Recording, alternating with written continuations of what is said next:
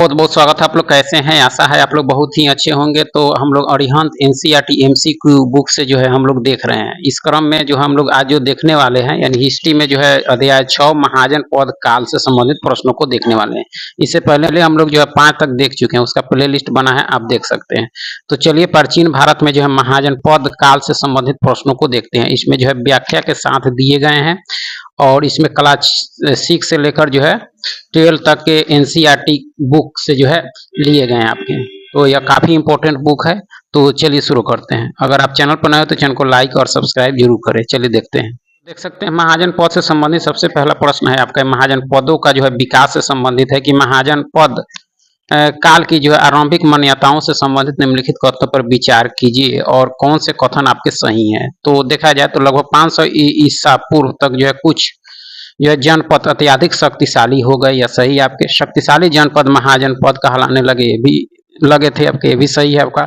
बौद्ध और जैन ग्रंथों में 16 महाजन पदों की सूची मिलती है, भी सही है। 4 जनपद कोसल, अवंती, वजी और मगध विशेष रूप से जो है महत्वपूर्ण थे। तो ये सारे कथन जो है आपके महाजन पद काल के प्रारंभिक मान्यताओं से संबंधित जो है सही है आपके। ठीक है, देख सकते हैं महाजन पद काल के प्रारंभिक मान्यताओं से संबंधित दिए गए सभी कथन क्या है, सही है। लगभग 500 ईसा पूर्व तक जो है कुछ जनपद अन्य जनपदों की तुलना में जो है अत्यधिक शक्तिशाली बन गए थे और अब वे जो है महाजन पद कहलाते थे आपके। जनपद को अब महाजन पद कहा जाने लगा था। ठीक है, हमें बौद्ध एवं जैन ग्रंथों में जो है 16 महाजन पदों की सूची मिलती है। इनमें से सभी की जो है राजधानियां थी आपकी, यानी 16 महाजन पदों की राजधानियां भी मिलती है। 4 जनपद आपके कोसल, अवंती, वजी, मगध विशेष रूप से महत्वपूर्ण थे। इनमें से अंततः जो है मगध सबसे शक्तिशाली जनपद बन गया। उपमहाद्वीप के इतिहास में जो है पहला ज्ञात साम्राज्य जो है मौर्य साम्राज्य था आपका, जिसका केंद्र जो है मगध में था। महाजनपद जो है जनपदों से कई प्रकार से भिन्न थे आपके। ठीक है, तो इस तरह से सारे कथन इसमें सही है। आगे कि महाजनपद के संबंध में निम्नलिखित कथनों में से कौन सा सही नहीं है आपका। तो महाजन पदों की कई राजधानियों में जो है किलेबंदी की गई थी, यह सही है आपका।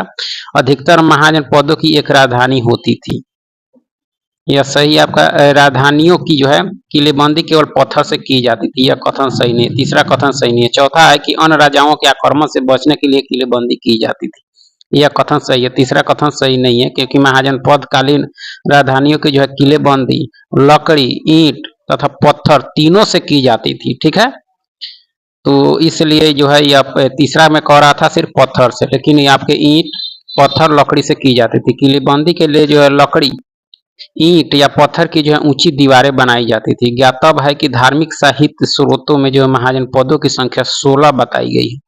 अन्य राजाओं के आक्रमण से बचने के लिए इनकी राजधानियां की जो है किलेबंदी की जाती थी। अधिकतर महाजन पदों की राजधानी एक होती थी, लेकिन अपवाद भी है, इसके अवंती की 2 राजधानियां थी आपकी। ठीक है, चलिए सुमेलित नहीं है, इसमें कौन सा युग सुमेलित नहीं है। पहला है महाजन पद है और राजधानियां दी गई। अंक की जो है राजधानी चंपा थी, सही है आपका। कौशल के अहिछत्र नहीं थी आपके, कौशल की राजधानी थी जो है श्रावस्ती थी, तो इसलिए दूसरा युग सुमेलित नहीं है। वत्स के कौशाम्बी सही है। मत्स्य के विराटनगर, यानी देख सकते हैं दूसरा जो है सही सुमेलित नहीं है। ठीक है, महाजन पद कालीन राजा के संबंध में निम्नलिखित कथनों पर विचार करें और कौन से कथन सही हैं आपके। ठीक है, तो इसमें सही कथन देखा जाए तो राजा के पास अस्थायी सेना थी, सही आपका।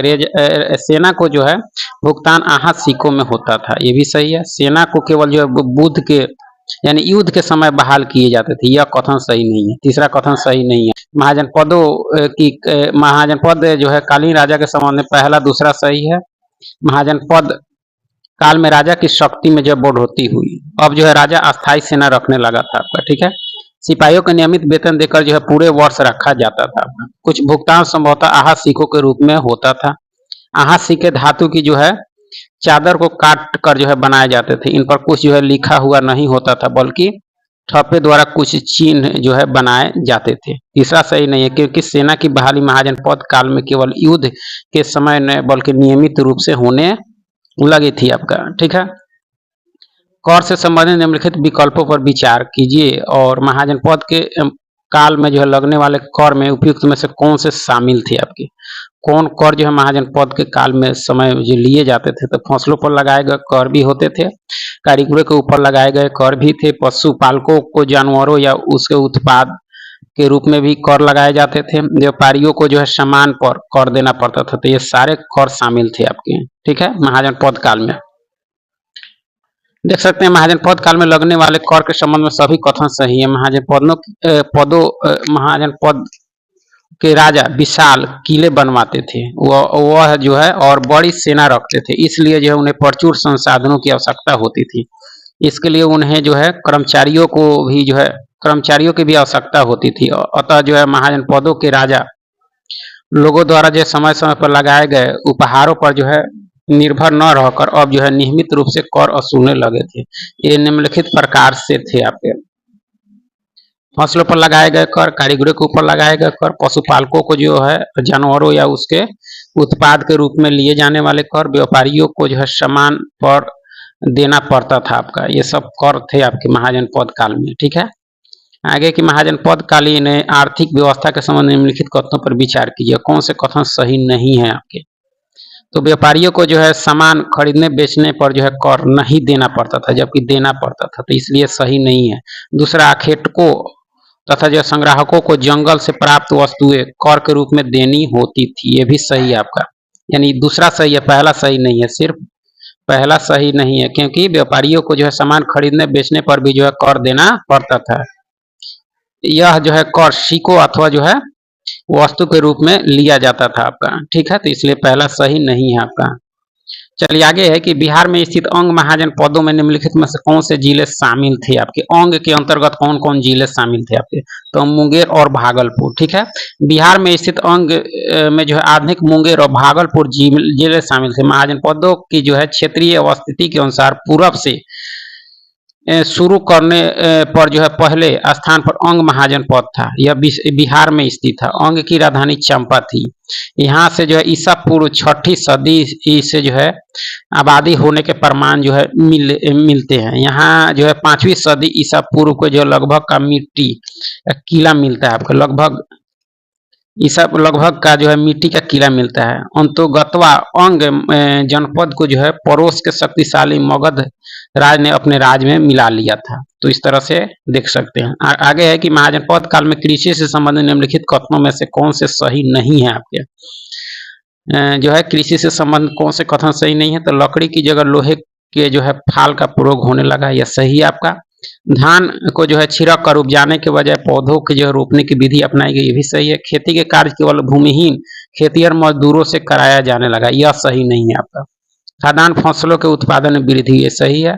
तो मजदूरों से कराया जाने लगा, यह कथन सही नहीं है, क्योंकि महाजनपद काल में कृषि कार्य में जो है अधिकतर दासी भूमिहीन खेतिहर मजदूरों को लगाया जाता था। भूमिहीन खेतिहर मजदूर को जो है कामाकार जो है कहा जाता था। इस काल में जो धान की खेती के अतिरिक्त जौ, दलहन, ज्वार, कपास तथा इनकी खेती भी होती थी। तो इसलिए तीसरा कथन सही आपका नहीं है। चौथा है कि महाजन पदों के संबंध में निम्नलिखित कथनों पर विचार कीजिए और कौन से कथन सही है आपके। कौन से कथन सही है, तो बौद्ध एवं जैन ग्रंथों में महाजन पदों की संख्या 16 बताई गई है, सही है आपका।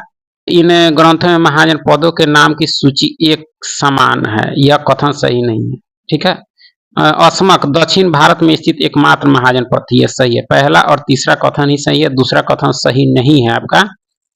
दूसरा कथन सही नहीं है क्योंकि बौद्ध तथा जैन ग्रंथ में महाजन पदों के नाम की सूची जो है भिन्न भिन्न मिलती है, लेकिन वजी, मगध, कोसल, कुरु, पंचाल, गंधार और अवंती का नाम समान मिलता है। तो इसलिए इसमें देखी जाए तो दूसरा कथन सही नहीं है, पहला और तीसरा कथन सही है।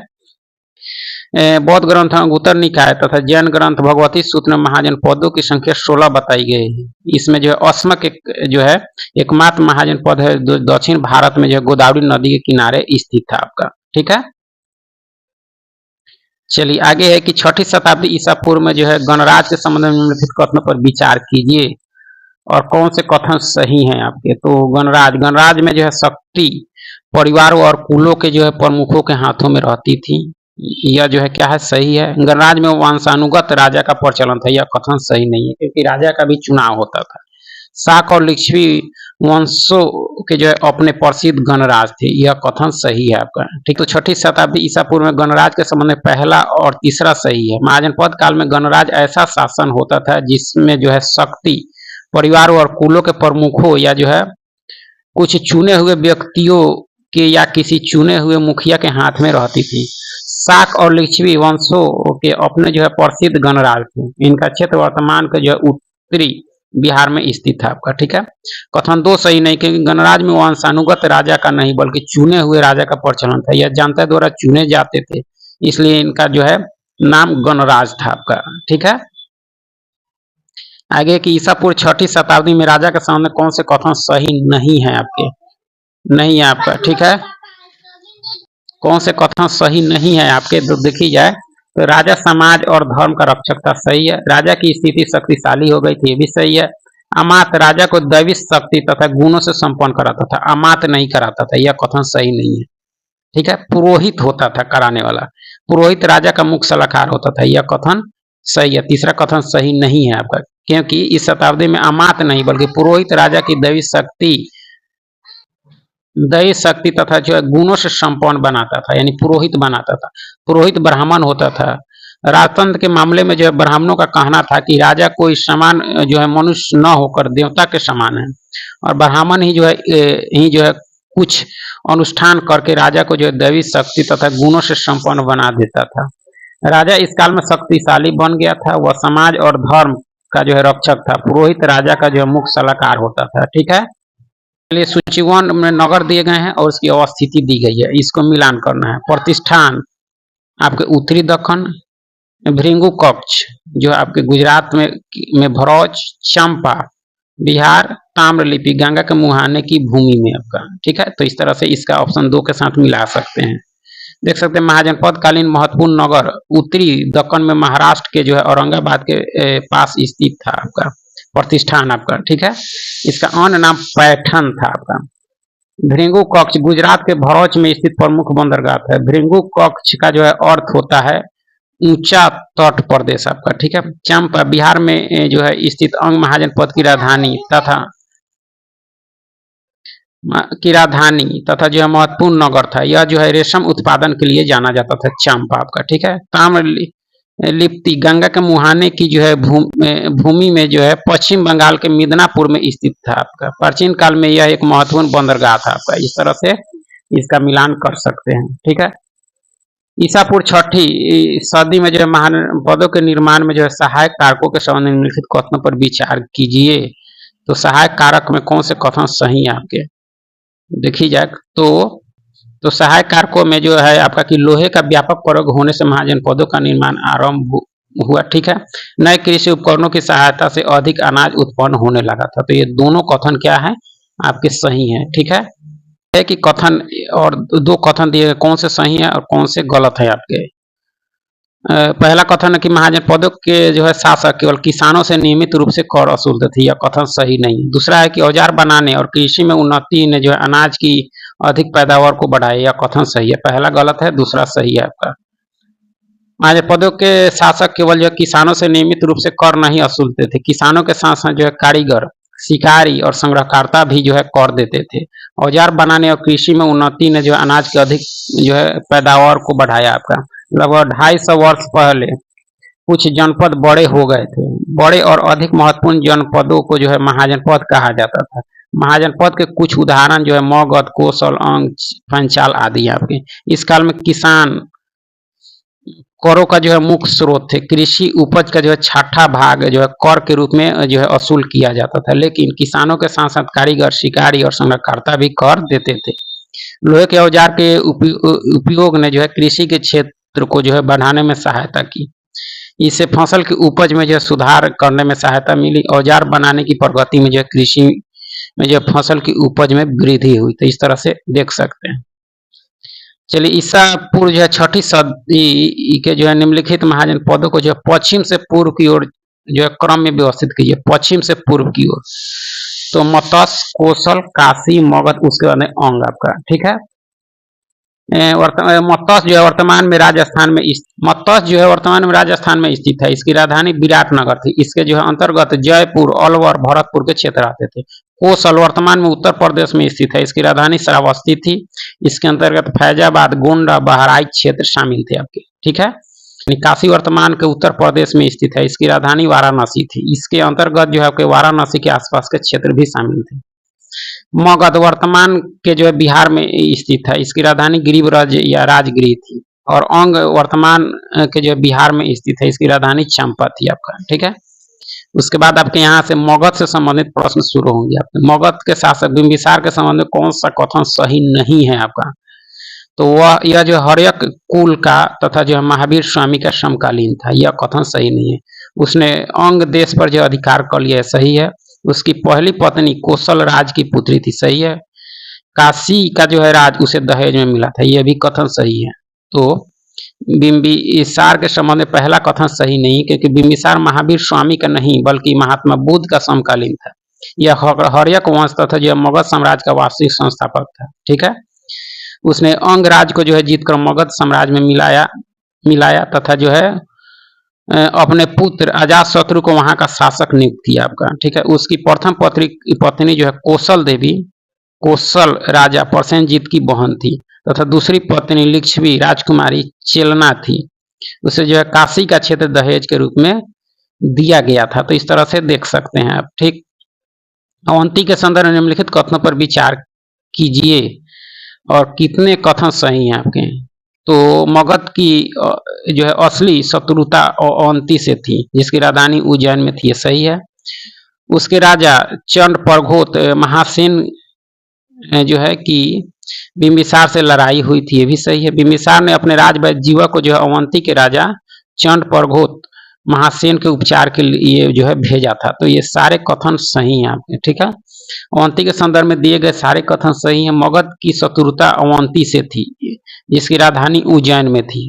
उसके राजा चंड प्रघोत जो है महासेन की बिंबिसार से जो है लड़ाई हुई थी, किंतु दोनों ने जो है अंत में दोस्त में जो है बन जाना ही जो है उपयुक्त समझा। बाद में जब प्रघोत को जो है पीलिया रोग हो गया तो बिंबिसार ने अवंती राज के अनुरोध पर जो अपने राजवैद्य जीवक को जो है उज्जैन भेजा, क्योंकि जीवक ने उन्हें जो है रोगामुक्त कर दिया। इसका परिणाम यह हुआ कि मगध तथा अवंती में मित्रता हो गई। कालांतर में अवंती मगध साम्राज्य के अंतर्गत समाहित हो गई तथा मगध सबसे अधिक शक्तिशाली राज बन गया आपका, ठीक है।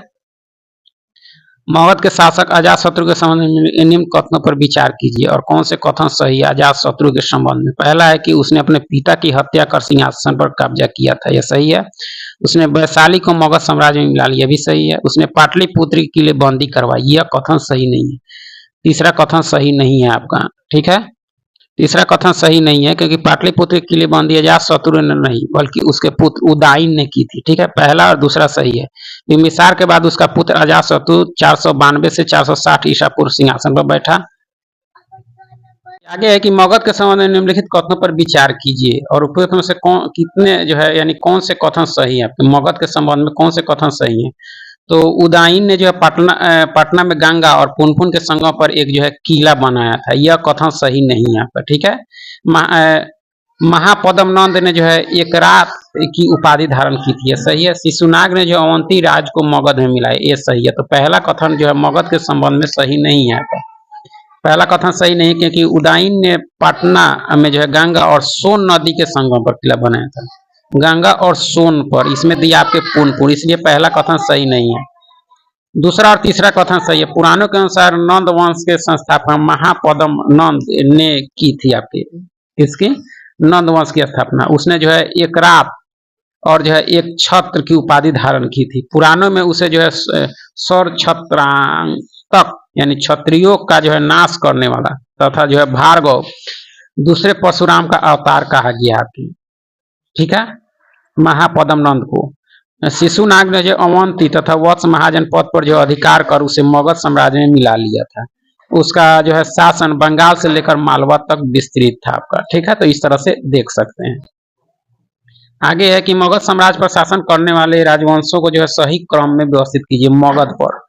तो हर्यक वंश, शिशुनाग वंश, नंद वंश, उसके बाद मौर्य वंश ने शासन किया आपके। मगध साम्राज्य पर शासन करने वाले राजवंशों का सही क्रम में है आपका, ठीक है। हर्यक वंश की स्थापना जो है 544 ईसा पूर्व में की बिंदुसार ने जो है हर्यक वंश की स्थापना 544 ईसा पूर्व में जो है की थी। यह वंश जो है 412 ईस्वी तक जो है शासन करता रहा। उसके बाद आया शिशुनाग वंश। इसकी स्थापना शिशुनाग ने जो है 412 ईस्वी ईसा पूर्व में की थी। यह जो है वंश 344 ईसा पूर्व तक शासन में रहा आपका, ठीक है। नंद वंश की स्थापना आपके महापद्म नंद ने 344 ईसा पूर्व में की थी। यह वंश 323 ईसा पूर्व तक जो है शासन करता रहा। उसके बाद मौर्य वंश की स्थापना 323 ईसा पूर्व में चंद्रगुप्त मौर्य ने की थी। यह वंश जो है 332 ईसा पूर्व तक शासन करता रहा। तो इस तरह से आप देख सकते हैं मगध पर शासन करने वाले राजवंशों का सही क्रम आपका। निम्नलिखित में से कौन से युग में जो है सही यानी कौन से सुमेलित है आपका, यानी सुमेलित देखा जाता है। मौल का कुशीनारा ये सही आपका। अवंती का उज्जैन था जो कि वैशाली दिया गया है। वत्स के कौशाम्बी यह सही है आपका। कोली शरावस्ती यह सुमेलित नहीं है आपका। तो देखिए तीसरा सुमेलित है आपका। मौल महाजनपद की राजधानी कुशीनारा या जो है कुशावती अब जो है कुशीनगर हो गया आपका, थी आपकी, ठीक है। वर्तमान में उत्तर प्रदेश में स्थित था। इसके अंतर्गत देवरी या बस्ती गोरखपुर के जो है क्षेत्र शामिल थे। वत्स महाजनपद की राजधानी कौशाम्बी जो वर्तमान के उत्तर प्रदेश में जो है स्थित थी। इसके अंतर्गत इलाहाबाद के आसपास के क्षेत्र शामिल थे। दूसरा चौथा सम्मिलित नहीं है क्योंकि वैशाली अवंती की नहीं बल्कि वजी महाजनपद की राजधानी थी। इसके अंतर्गत वैशाली मुजफ्फरपुर तथा दरभंगा के आसपास के क्षेत्र शामिल थे। कोली गणराज की राजधानी जो है रामग्राम थी, न कि श्रावस्ती। श्रावस्ती कौशल महाजनपद की राजधानी थी आपका, ठीक है। मगध की जो है सफलता के कारणों के संदर्भ में निम्नलिखित कथनों पर विचार कीजिए। उपयुक्त में से कौन से कथन सही हैं आपके। तो पहला कि उसके पास जो है आपके समृद्ध लौह खनिज के भंडार थे, सही है। यह गंगा की उपजाऊ भूमि के मध्य में था, ये भी कारण था। इसकी जो है राजधानियां सामरिक दृष्टि से महत्वपूर्ण स्थानों पर थी। ये सारे कथन सही हैं आपके, ठीक है। सफलता के कारणों में ये सारे कथन सही हैं आपके। मगध साम्राज्य की सफलता का सबसे बड़ा कारण लौह खनिज का भंडार था। इसका प्रयोग जो है कर बड़े पैमाने पर जंगलों की सफाई की गई। इससे जो है कृषि योग्य भूमि का जो है विस्तार हुआ तथा जो है अधिशेष उत्पादन होने लगा। दूसरा सबसे जो है महत्वपूर्ण कारण इसका जो है गंगा के उपजाऊ भूमि में स्थित होना था आपका। इसकी दोनों राजधानियां गिरिवराज तथा पाटलिपुत्र दोनों ही जो है सामरिक दृष्टि से मगध साम्राज्य की सफलता में महत्वपूर्ण योगदान दिया आपका, ठीक है।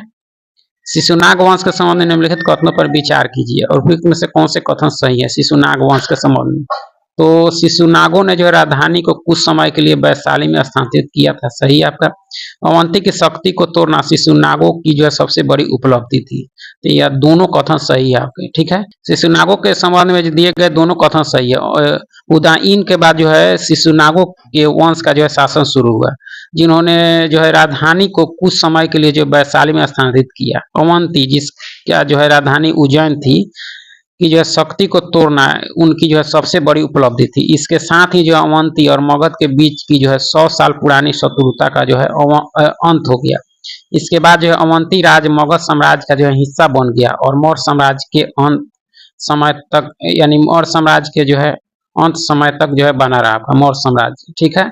यहाँ है कि वजी संघ पर जो अजात शत्रु आक्रमण करना चाहता था। उसने जो है उस विषय पर जो है सलाह के लिए जो अपने एक मंत्री को जो है बुद्ध के पास भेजा था। अजात शत्रु उस मंत्री का नाम क्या था आपका। तो क्या नाम था, वैस्कार आपका, ठीक है। अजात शत्रु ने अपने मंत्री वस्कार को जो वजी संघ पर आक्रमण के संदर्भ में सलाह जो है लेने हेतु बुद्ध के पास जो है भेजा था। अजात शत्रु का मंत्री वजी की जो है राजधानी वैशाली में जो है षड्यंत्र के माध्यम से फूट डालने में जो है सफल रहा और अंत में जो है वैशाली को जीतकर अजात शत्रु ने मगध में मिला लिया आपका, ठीक है। वजी संघ के संबंध में निम्नलिखित कथनों पर विचार कीजिए और उपयुक्त से कौन से कथन सही हैं आपके। तो वजी संघ की राजधानी वैशाली थी, सही है। वजी में जो है गण प्रकार की जो है शासन व्यवस्था थी, सही है। गण शब्द का प्रयोग जो है कई सदस्यों वाले समूहों के लिए किया जाता था। तो यह सारे कथन सही है वजी संघ के संबंध में। वजी संघ के संबंध में सारे कथन सही है। मगध महाजनपद के पूर्व में स्थित वजी संघ एक मजबूत महाजनपद था। इसकी जो है राजधानी वैशाली थी। यह बिहार में स्थित था। यहाँ एक अलग किस्म की जो है शासन व्यवस्था थी जिसे गण या जो है संघ कहा जाता था। गण शब्द का प्रयोग जो है कई सदस्यों वाले समूहों के रूप में किया जाता था। संघ एक प्रकार का संगठन या सभा थी। वैशाली को जीतकर अजात शत्रु ने मगध साम्राज्य में मिला लिया था आपका। ठीक है। चलिए आगे है कि मगध महाजन पद के संबंध में कौन सा कथन सही है आपके। तो इसमें देखी जाए तो मगध का साम्राज्य रूढ़ी विरोधी था, सही है। किरात और मगध जो है लोगों को निम्न कोटि का जो है समझा जाता था, सही है। वैदिक लोगों के जो है आगमन से यहाँ जो है जातियों का सुखद मिश्रण हुआ है, कथन सारे कथन सही है। मगध महाजन पद के संबंध में दिए गए सभी कथन सही है। मगध का जो है समाज रूढ़ी विरोधी था, कट्टर ब्राह्मण यहाँ जो है बसे हुए किरात और मगध लोगों को जो है निम्न कोटि के समझते थे, परंतु वैदिक जो है लोग के आगमन से यहाँ जो है जातियों का सुखद मिश्रण हुआ, चूंकि इस प्रदेश का जो है वैदिकरण हाल ही में हुआ था, इसलिए पूर्व काल से ही जो है वैदिक प्रभाव में आए हुए राज्यों की जो है अपेक्षा मगध में जो है विस्तार के लिए जो उत्साह अधिक था।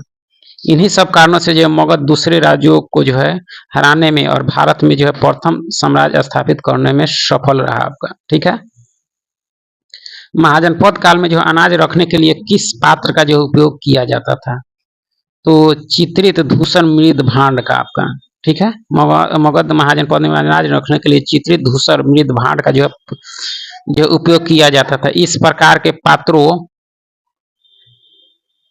पात्रों में जो है अधिकतर जो है थालियां और जो है कटोरियां ही जो है मिली है। ये पात्र जो है बहुत ही पतली सतह के सुंदर और जो है चिकने होते थे। संभव तो इनका प्रयोग जो है विशेष अवसरों पर महत्वपूर्ण लोगों को जो है भोजन परोसने के लिए भी जो है किया जाता था। ये पात्र मिट्टी से बनाए जाते थे आपके, ठीक है। आपके विदेशी आक्रमण, ठीक है। भारत पर ईरानी आक्रमण के विषय में निम्नलिखित में से जो है कौन सा कथन सही नहीं है आपका। तो पश्चिमोत्तर काल में जो है ईसा पूर्व 6ठी सदी में जो है मगध जैसा एक शक्तिशाली साम्राज्य मौजूद था, यह कथन सही नहीं है। पश्चिमोत्तर जो है भारत में कंबोज, गंधार और मद्र आदि के जो है राजा आपस में जो है ही लड़ते रहते थे, यह सही है। हिंदू कुश के दौरों से जो है पश्चिमोत्तर भारत के क्षेत्र में जो है बाहर से आसानी से जो है घुसा जा सकता था, ये भी कथन सही है आपका। ईरानी शासक डेरियस प्रथम या जो है दारा प्रथम 516 ईसा पूर्व में जो है पश्चिमोत्तर भारत में घुस गया, तो ये पहला कथन छोड़कर सारे कथन इसमें सही है आपका। सही नहीं है क्योंकि पश्चिमोत्तर भारत में ईसा पूर्व 6ठी सदी में जो मगध जैसा कोई शक्तिशाली साम्राज्य मौजूद नहीं था, इसलिए पहला कथन गलत है आपका। फारस यानी ईरान साम्राज्य के जो है भारतीय क्षत्रपी में जो है निम्नलिखित में से कौन सा भाग जो है शामिल नहीं था आपका। तो सिंधु नदी का पश्चिमी भाग शामिल था, पंजाब था, सिंधु था, कुरुक्षेत्र नहीं था आपका।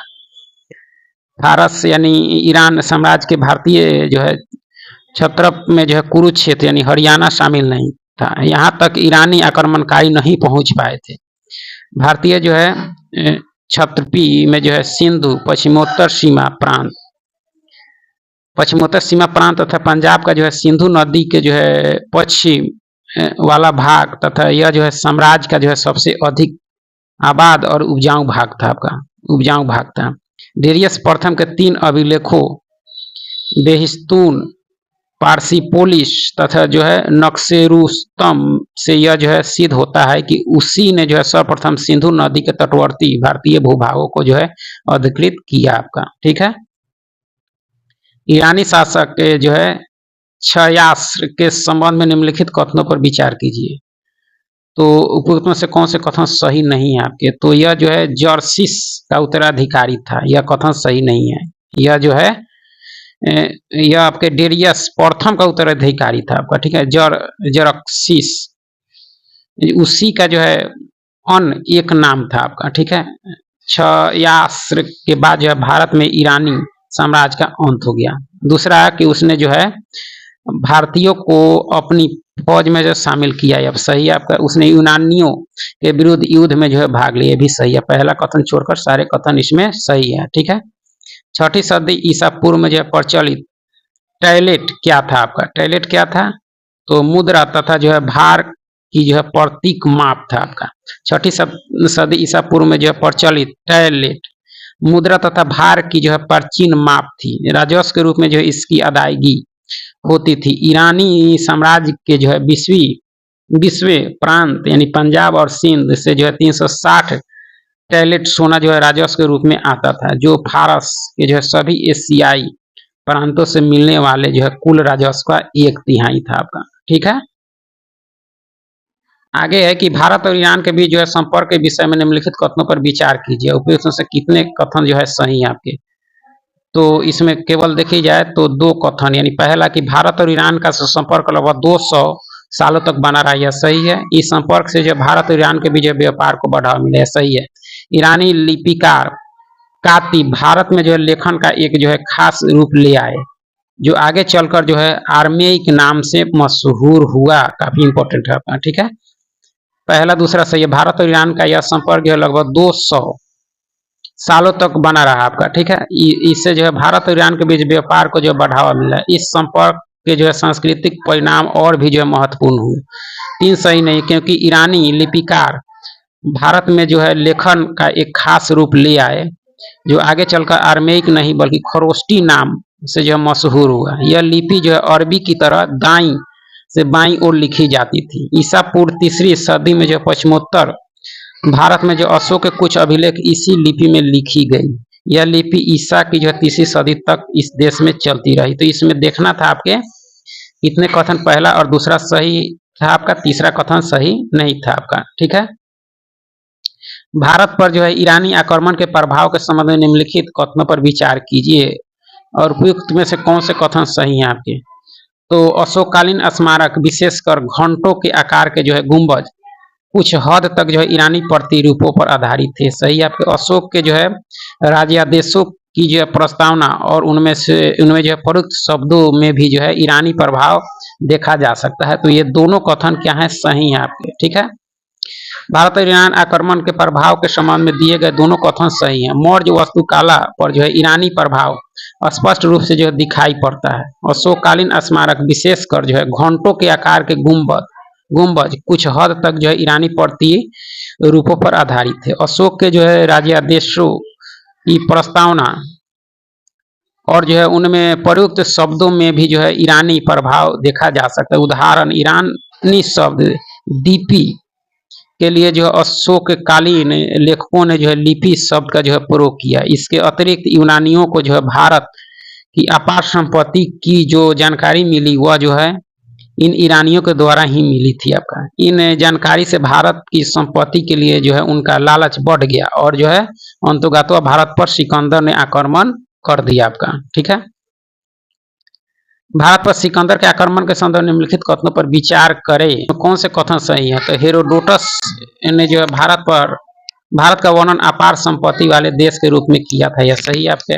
इस वर्णन को पढ़कर जो है सिकंदर भारत पर आक्रमण करने के लिए प्रेरित हुआ। ठीक है, सुकरात ने सिकंदर को भारत पर जो आक्रमण के लिए प्रोत्साहित किया था। यह सिकंदर के आक्रमण के संबंध में दोनों कथन सही है। इतिहास के पिता कहे जाने वाले हेरोडोटस तथा जो अन्य यूनानी लेखकों ने जो भारत का वर्णन अपार संपत्ति वाले देश के रूप में किया था। इस वर्णन को पढ़कर ही सिकंदर भारत पर आक्रमण करने के लिए जो प्रेरित हुआ।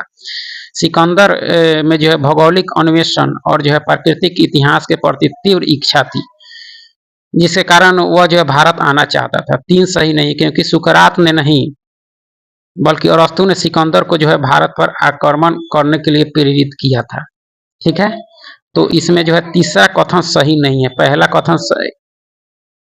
सही नहीं है, क्योंकि जो है सुकरात नहीं बल्कि अरस्तु ने सिकंदर को जो है भारत पर आक्रमण करने के लिए प्रोत्साहित किया था। ठीक है, जबकि इसमें तीसरा जो है सुकरात का नाम दे रहा है, तो इसलिए तीसरा कथन सही नहीं है आपका। ठीक है, सिकंदर के आक्रमण के समय उत्तर भारत पर निम्नलिखित राजवंशों में से किस एक का शासन था आपका। तो नंद वंश का था। सिकंदर के आक्रमण के समय उत्तर भारत पर नंद वंश का शासन था। धनानंद मगध साम्राज्य का शासक था। उसकी जो है विशाल सेना का जो है विवरण सुनकर सिकंदर के सैनिक जो हतोत्साहित हुए और सिकंदर को अपना जो है अभियान समाप्त करना पड़ा आपका। ठीक है, सिकंदर के समकालीन राजा पोरस का जो है राज उनके किनके बीच में अवस्थित था आपका, पोरस का, तो झेलम तथा चिनाव नदी के बीच था। सिकंदर के समकालीन राजा पोरस का जो है राज झेलम तथा चिनाव के बीच स्थित है। सिकंदर ने जो है भारत पर आक्रमण कर पोरस को जो है पराजित किया, परंतु वह उसकी बहादुरी और साहस से जो है बड़ा प्रभावित हुआ, इसलिए उसने जो है उसका जो है राज वापस कर दिया तथा पोरस को जो है अपना सहयोगी बना लिया। इसके पश्चात ही वह जो है ब्यास नदी तक पहुंच पाया, परंतु उसकी सेना ने जो है ब्यास नदी को पार करने से मना कर दिया आपका। ठीक है, भारत और यूनानी संपर्क के निम्नलिखित में से क्या परिणाम हुए आपके? तो इसमें कौन से कथन सही हैं आपके? तो बढ़ईगिरी भारत की जो है सबसे उन्नत दस्तकारी बन गई, सही है आपका। सिकंदर ने जो है सिकंदरिया शहर की स्थापना की है, सही है आपका। ब्यास नदी के तट पर सिकंदर ने जो है बुक्के फाल नगर की स्थापना की, तो इसमें जो है तीसरा कथन सही नहीं है। तीसरा कथन सही नहीं, क्योंकि बुकेफाल नगर की स्थापना झेलम नदी के तट पर हुई थी आपकी, ठीक है। बुकेफाल सिकंदर के जो है घोड़े का नाम था। पहला और दूसरा सही है। सिकंदर के आक्रमण के पश्चात भारत में बढ़ईगिरी उन्नत दस्तकारी बन गई, बनकर जो है उभरी। बढ़ई जो है रथ, नाव और जहाज बनाते थे। तत्कालीन समय में इन सभी का जो है अत्यंत महत्व। सिकंदर ने जो है सिकंदरिया नामक शहर यानी नगर की स्थापना की आपका, ठीक है।